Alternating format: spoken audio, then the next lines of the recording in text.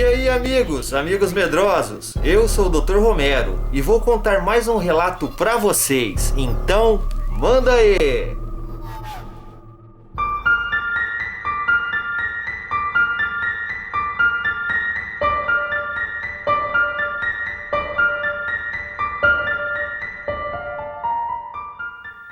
Bom, meus amigos medrosos, estou mais uma vez aqui com vocês para contar mais um relato, e um relato muito legal, um relato de lobisomem. Antes de começar o relato, meus amigos, eu quero mandar um grande abraço para o Gerson Beats, a sua irmã Franciele, o Lobo Pirata do canal Rainbow PT. Um grande abraço para vocês e para todos os meus amigos medrosos. É isso aí, meus amigos. Bom, meus amigos, depois de ter acabado o período de quaresma, que se inicia na quarta-feira de cinzas e termina no domingo de Ramos, um domingo que antecede o domingo de Páscoa, e depois, é claro, a Páscoa, que teve muitos ovos de chocolate, digo para vocês que os lobisomens, eles não deixaram de existir não. E o relato de hoje é: depois do baile me encontrei com um lobisomem. E quem nos mandou esse relato incrível foi o nosso amigo Douglas Gonçalves. Esse relato ele aconteceu com o seu pai Antônio, que na época tinha mais ou menos uns 20 anos de idade, e com seus dois tios, o Bento e o José. Então vamos ao relato. Na cidade de São Borja, no Rio Grande do Sul, onde o Douglas mora, é comum bailes gaúchos. E o pai do Douglas, juntamente com seus irmãos Bento e José, quando jovens, iam muito com frequência nesses bailes. Lembrando também que já naquela época era bem comum também histórias de lobisomens e assombrações. Mas o Antônio e seus irmãos nunca deram importância para isso. E num certo dia, depois de ele voltar de um dia cansativo de trabalho na lavoura, soube que haveria um baile em Sarandi, povoado que fica a cerca de 2 quilômetros do sítio do pai dele. Antônio rapidamente se arrumou e convidou seus irmãos Bento e José, que como de costume foram com ele neste baile. Era um baile, meus amigos, um baile de aniversário de uma senhora muito amiga da família deles. Antônio e seus irmãos dançaram bastante e aproveitaram o baile até umas 4 horas da manhã. Então, após se divertirem muito, dançarem, beberem, ficarem com algumas garotas, não é? Eles decidiram ir para casa, porque já estava tarde e já era outro dia. Dia que eles tinham que trabalhar muito, tinham que colher arroz porque na época era época de colheita. Nisso, começaram o retorno de volta para casa, que foi uma grande pernada. Quando estavam se aproximando do sítio, Antônio e seus irmãos avistaram alguma coisa de anormal. Quanto mais eles se aproximavam, meus amigos, mais nítido se podia ver essa coisa. Eles viram um tremendo de um cachorro, mas não era um cachorro normal não. Ele era grande, forte e bem peludo, e estava rodeado pelos cachorros do sítio, que não estavam nada contentes com aquela criatura. Os cachorros eles estavam muito nervosos e muito incomodados com aquele bicho. Eles latiam, rosnavam e se atracavam com essa criatura. Tanto Antônio quanto seus irmãos Bento e José, eles são categóricos em afirmar e descrevem a criatura da mesma forma. Esse lobisomem, meus amigos, isso mesmo, vocês ouviram direito. Isso era um tremendo de um lobisomem. Quanto mais perto eles chegavam, mais viam que aquele bicho não era um cachorro não. Esse bicho tinha mais ou menos uns 2 metros de comprimento, com uma pelagem escura. Suas orelhas eram grandes como folhas de bananeiras, que se arrastavam pelo chão. E ele era muito forte e muito rápido. Era alto e também o seu porte físico impunha muito respeito. A sua cabeça ela não tinha nada de cachorro. Tinha olhos grandes, amarelados e penetrantes, com um focinho bem grande e cheio de presas gigantescas. Aquilo, com seus movimentos, ele parecia de certa forma humanoide também. Tinha alguns traços e características que lembravam um ser humano, mas não deixava de ser monstruoso, era um verdadeiro lobisomem. No sítio tinha 8 cães da raça Border Collie, que são cães de pastoreio, os cachorros mais inteligentes do mundo. E não é à toa que vemos essa raça toda hora em comerciais e filmes. Além de inteligentes, são super simpáticos e muito bonitos. E também são muito fiéis e protetores aos seus donos. Antônio e seus irmãos logo viram que os cachorros eles estavam travando uma verdadeira luta de vida ou morte com esse lobisomem. Os cachorros eles estavam defendendo com suas próprias vidas os seus donos. E vejam bem, eram 8 cachorros contra essa terrível criatura. E mesmo estando em maior número, os cachorros, coitado, eles estavam em uma tremenda desvantagem. Pois aquela criatura, ela era uma besta selvagem e de uma fúria incontrolável. Nesse momento, o lobisomem que estava lutando com os cachorros, ele parou e observou que Antônio e seus irmãos estavam se aproximando da casa do sítio. O Antônio e os seus irmãos, eles estavam a 20 metros da casa, enquanto o lobisomem e os cachorros estavam mais ou menos uns 70 metros da casa, perto do canavial.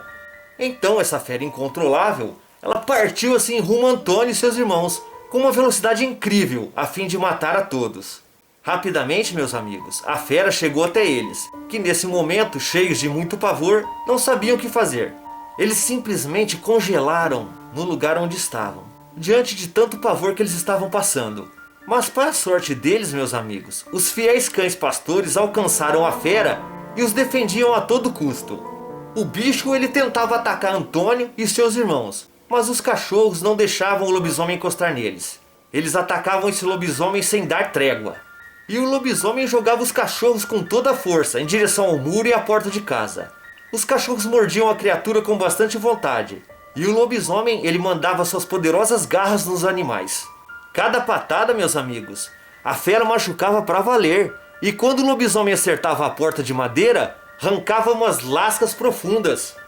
Notem bem, meus amigos, que a porta de madeira da casa era de madeira de lei, madeira bruta mesmo.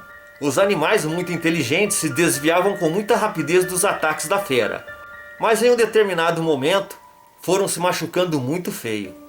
A fera, ela atacava sem piedade, com muita força, rapidez e extrema violência.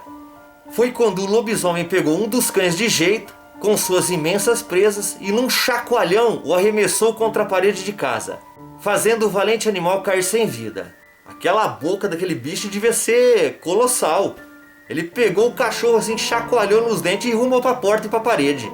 Os outros cachorros, vendo essa cena, se jogaram num ataque final para cima da fera, que por um milagre divino, meus amigos, fez a besta correr em uma disparada rumo ao canavial e sumir no meio das canas. Antônio e seus irmãos socorreram os cães, que estavam muito machucados, muito feridos, mas nada puderam fazer pelo cão que tinha acabado de morrer. Eles entraram todos na casa juntamente com os cães e foram de encontro aos familiares, que acordaram com aquela barulheira que estava ocorrendo. E aí só saíram de casa no outro dia pela manhã e puderam verificar os vestígios do que tinha acontecido. Muito sangue, sangue dos animais, um cão morto e uma porta de madeira quase destroçada.